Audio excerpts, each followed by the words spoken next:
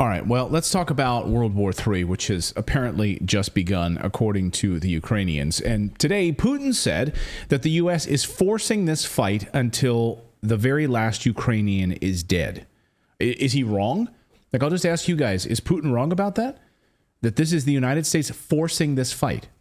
Is any nutcase out there who believes that the United States is not involved in this or is not complicit in this at all? They are literally forcing this. We're going to get into Antony Blinken in a second. Ukraine has run out of men and now is turning to women to fight this war. More on that part of the story in a minute as well. But first, Ukraine says World War III has already begun. And again, we've been saying it for a year now. So welcome to the party, pal. Yes, we are already in World War III. Just wait until the real fighting starts. So here is the headlines here. The head of Ukraine's National Security Defense Council has claimed World War III is already underway, with the Moscow-Kiev conflict pulling in countries far beyond the region. Speaking at the Kiev Security Forum on Tuesday, Alexei Danilov argued that NATO needs Ukraine as a member of the global turbulence is set to continue. We're going to strengthen the alliance, he says. If someone thinks that World War III hasn't started, then it's a huge mistake. It has already begun, and it had been underway in a hybrid period for some time, but now it's about to get much, much worse, according to him. Hybrid period, what do you think that means? I mean, I think where we're still acting as if like a proxy, you know, where the United States and NATO can sort of still use Ukraine as a proxy to funnel weapons in, and we use up all of their men. But the sad part is, of course, now, which we're going to get to in a second, all their men are gone. So what's left then is NATO to step in with their own forces, their own people manning these devices instead of the Ukrainians. So that's coming.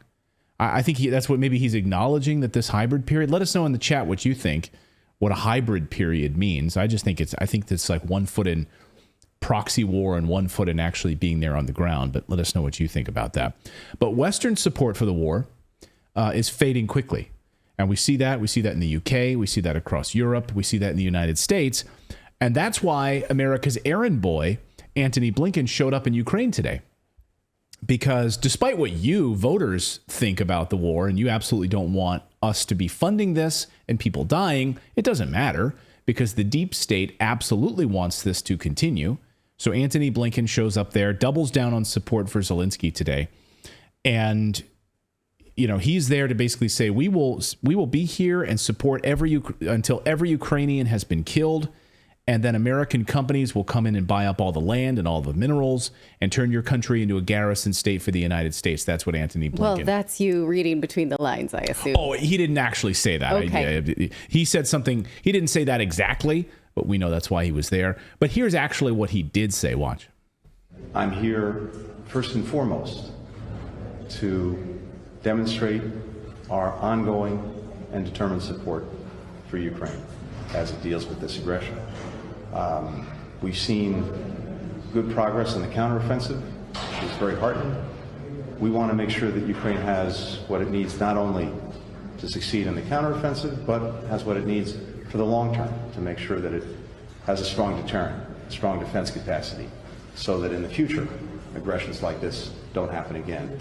And we're also determined to continue to work with our partners as they build and rebuild a strong economy, a strong democracy, all of which is necessary to ensure that Ukraine not only survives, but it thrives in the future.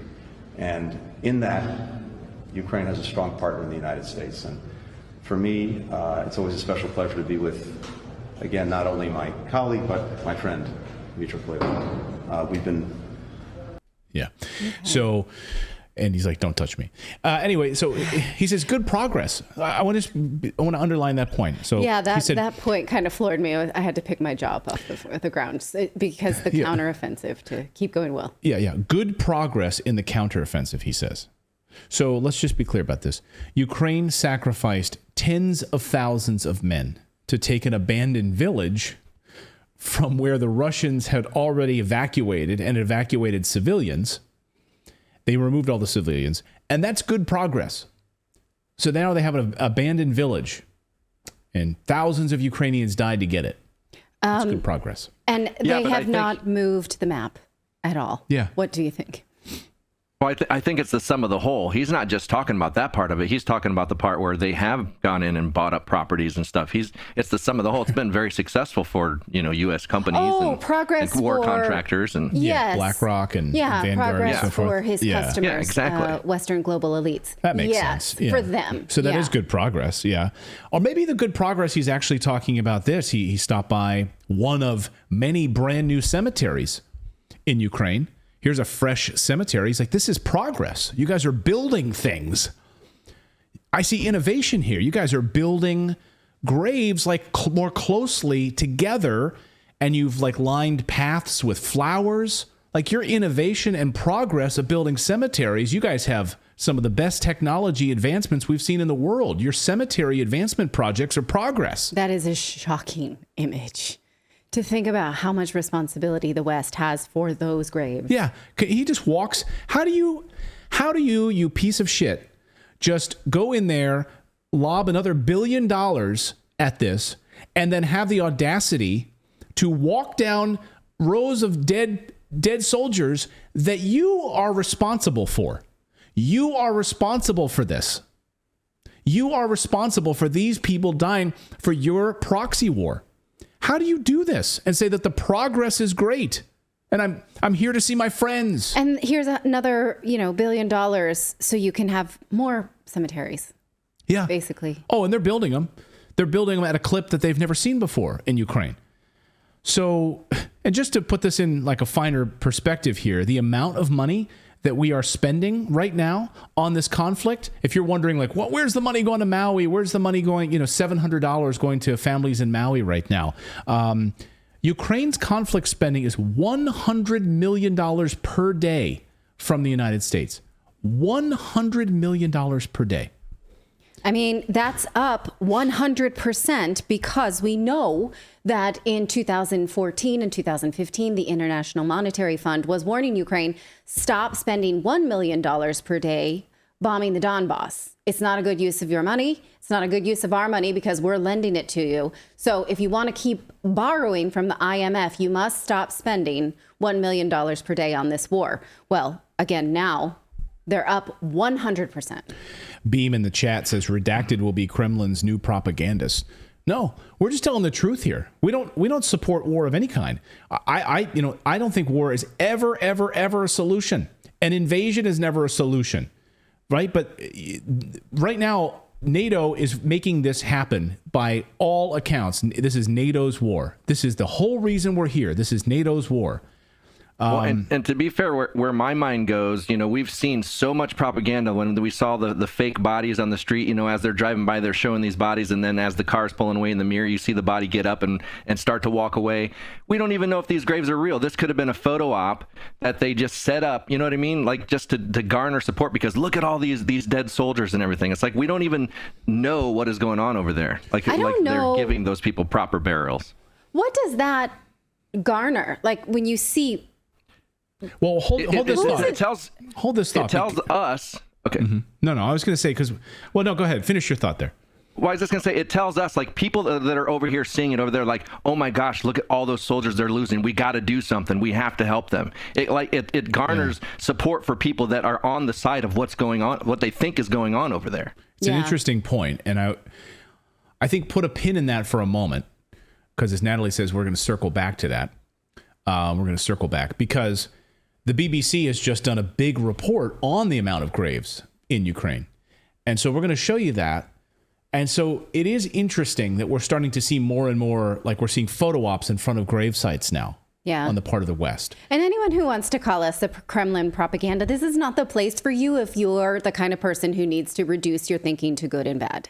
So I'm sorry, this is not the place that you have to think that Russia's the bad guy in order to support Ukraine. You can't see the bad things that Ukraine has been doing for the last decade. You can't see that if Russia leaves that place, those civilians there will continue to be attacked at the price of $1 million per day.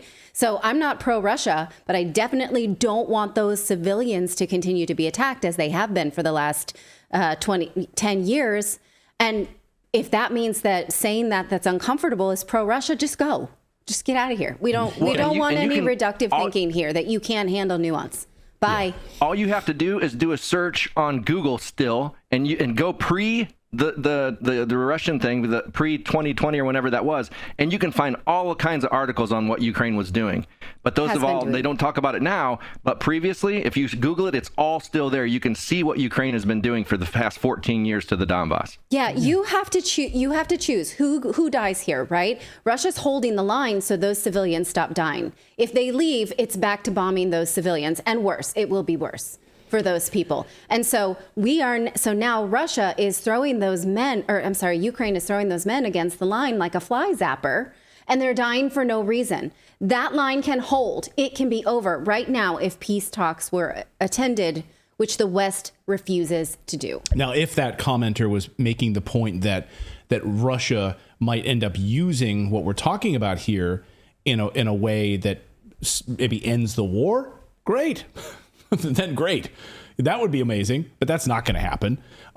NATO doesn't give a rat's ass about these men being killed. So that doesn't matter at all. These grave sites are fantastic for NATO because it's accomplishing exactly what NATO wants, which is every Ukrainian to be killed, basically, and to turn Ukraine into another version of the United States, a garrison state for expansion. That's all they want. Of course, that's it. That's all they want.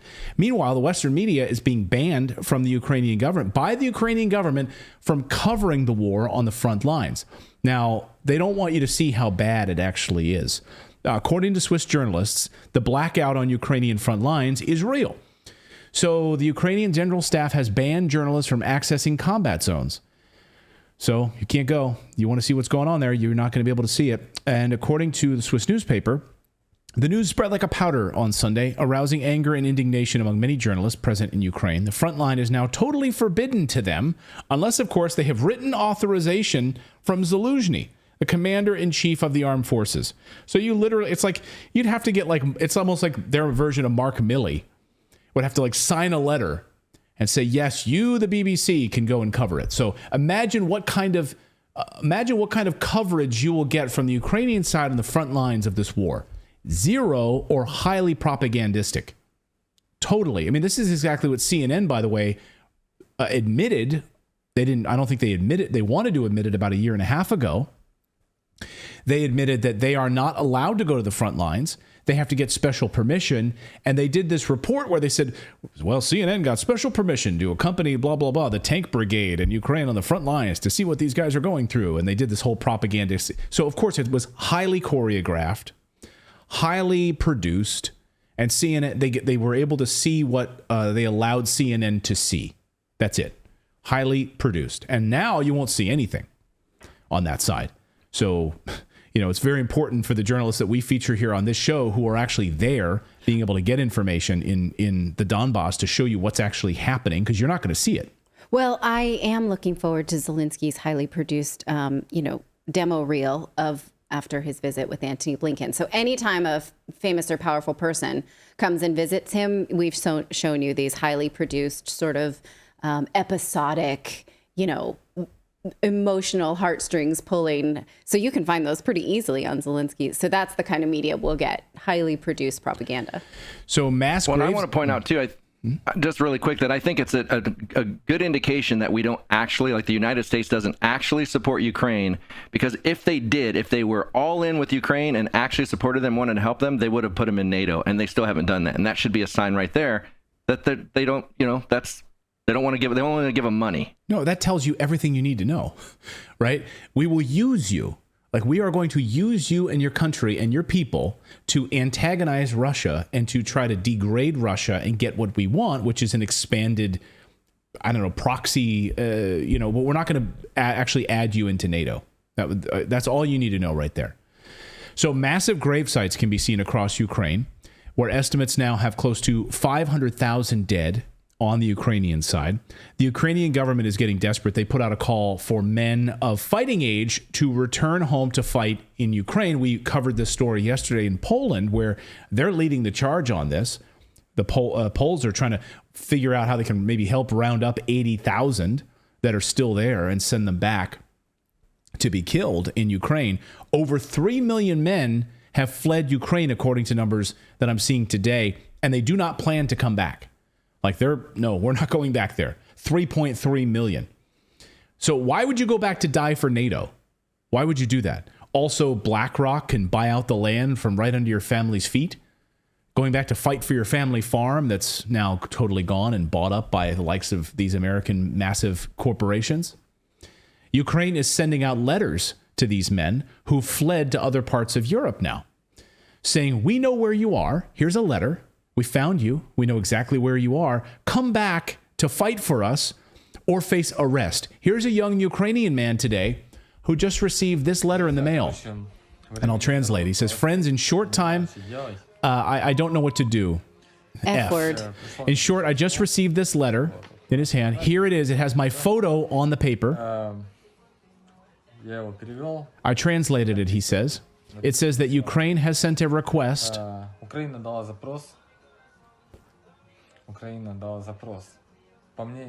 According to the Ukrainian authorities, I entered the territory of the European Union illegally.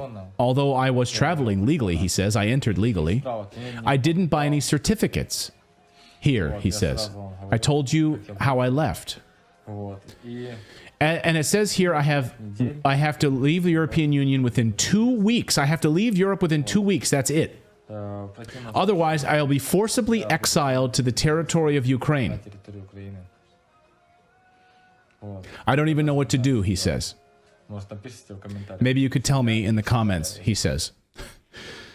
I mean, Can you imagine? I would look up on Yandex Maps how to get to Belarus or Russia. That's what I would do if I was him.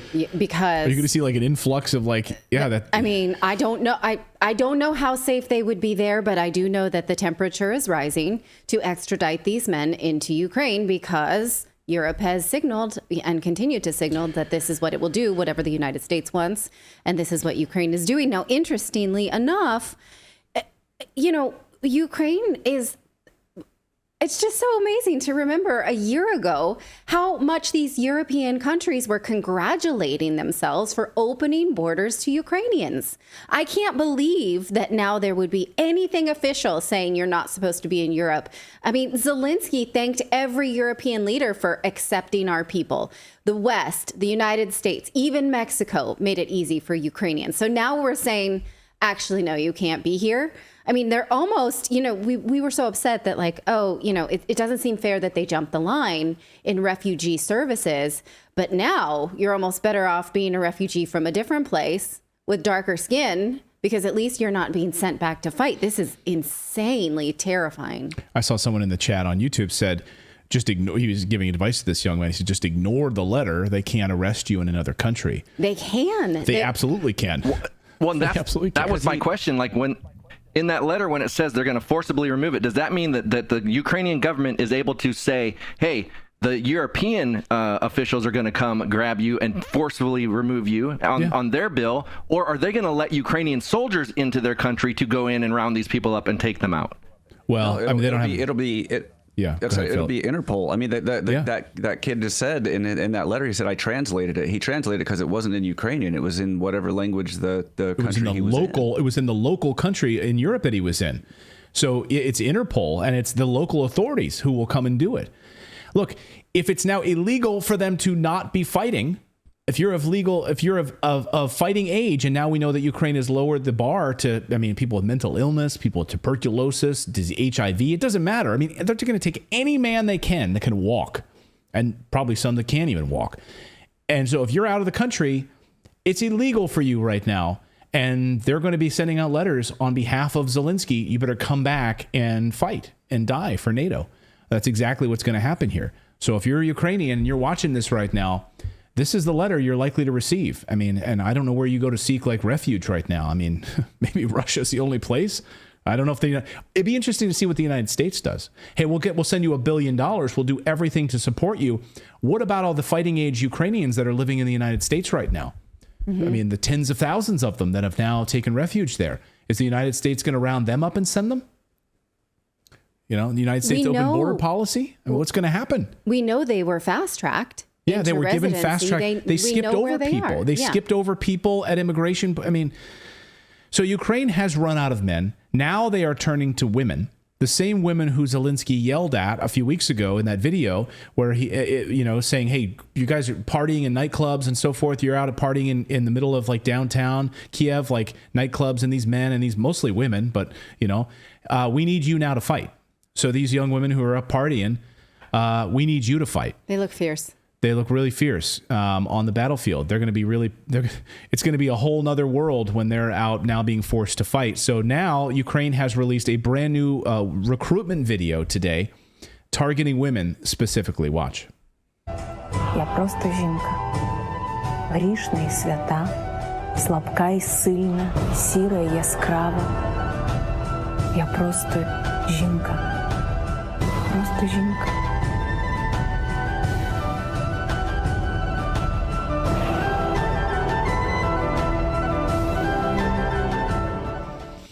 Feels like a trap, doesn't it? Like we promised them we promised them they'd be safe here. And then now we know where they are and we're going to send them right back. Yeah, it's amazing. It's a subterfuge. It's an absolute. Think about the training. Like they just going to tell these women, hey, just see the little tip of this gun. You just point it towards somebody and then pull this little trigger. That's all you need to know. Like, think of how long it takes to train somebody to fight in a war. No, I mean, it's unbelievable how much training it takes and in 6 weeks, like you think that's going to be enough? The 6 weeks. And they're just going to be infantry, like no tanks, that's all they're going to be, just meat. Yeah, they will be meat going on these landmine fields specifically to root out where these landmines are. Walk out there, and I heard reports about this today. That's how they're using a lot of these men. We need you to go out into these fields and clear these landmines. And that's how many of them are being killed. The BBC just published a great piece of journalism, imagine that, and the number of war dead in Ukraine, about the number of war dead in Ukraine, it's staggering. Something the government surely is not happy about in the United Kingdom. But the BBC did this story anyway. And I just want to show you just a piece of this BBC documentary that they just released a few days ago about Ukraine's war dead. So that's why I asked you guys earlier to put a pin in this about the graves. These are all fresh graves. A lot of them are, fresh graves. And they have multiple interviews with a lot of different family members who were there at the graves crying about like their son, their brother, their husband, who's dead now. And they're there, right at their grave. So, I don't think that these are fake personally. But I don't think that these are fake graves. And I think there's plenty of other intelligence to support the fact that these are not fake graves. But I get your cynicism, given the fact that we've seen other things faked in this. But here you go. This is the BBC. And watch this. Pretty amazing. At cemeteries all across Ukraine, the military dead just keep coming. Here in Lviv, near the border with Poland, very far from the fighting on the Eastern Front, the fresh graves of soldiers number in their hundreds. There are so many, in fact, at this cemetery that up the hill here, they're clearing the way of the fallen from previous wars to make room for those lost in this conflict. So they're moving bodies in old graves that I guess no one's around anymore. They've been there for 100 years. So we're going to move those bodies out of the way to make room for new bodies because we just don't have the space for it. So the amount of graves being built is amazing. Since this BBC report was prepared 9 days ago, as our friend of the show, Larry Johnson, wrote on his website, he said, quote, at least 7,000 more Ukrainian soldiers have died in combat. 9 days ago. That equals the number of killed in action American soldiers in all of Iraq and Afghanistan during the 16 years of fighting. 16 years. And in 9 days, the equivalency. Just put in perspective, he says, about the savagery of the combat that's currently underway in Ukraine. And we always want to remind you, this is the map. This is the live view map. Today's battles, today's fighting, today's explosions. This is as of about an hour ago. Explosions all throughout the Donbass in what was formerly Eastern Ukraine. These people there voted overwhelmingly, I think over like 95% in votes to become part of Russia because they've been sick and tired of the genocide that's been unfolding there since 2014 after the failure of the Minsk agreements. And elections are coming up. Elections are about to happen once again. And so we will see what that looks like in this area. Remember, Ukraine tells us they can't have elections, but they're going to hold elections here, which has been under constant genocide for years. So, but this is the area that is contested. And Zelensky doubling down, basically saying we need to return to pre-war Ukraine, or this doesn't end. That means Crimea. That means all of the Donbass. And that western border you're seeing there, where the red turns to white, is what Antony Blinken says is the counteroffensive that's going well. Good progress. It has not changed since we started looking at this map at the beginning of the counteroffensive in the spring. It has been the same. So all those lives lost, no land gained, all those untrained lives lost. So now we're talking about if Russia leaves, those civilians inside who live inside that red area will again become attacked and terrorized by the Ukrainian army, or what's left of it. And so, it's a matter of protecting those civilians, but it's essentially civilians being thrown at the line. So it's civilians for civilians at this point, because those are untrained military men. We've shown you that footage as well. So it's an unbelievable tragedy. We absolutely should demand of our leaders that peace talks be agreed to right now, yesterday. And tell your local officials that you do not support sending your money to send these people to their deaths.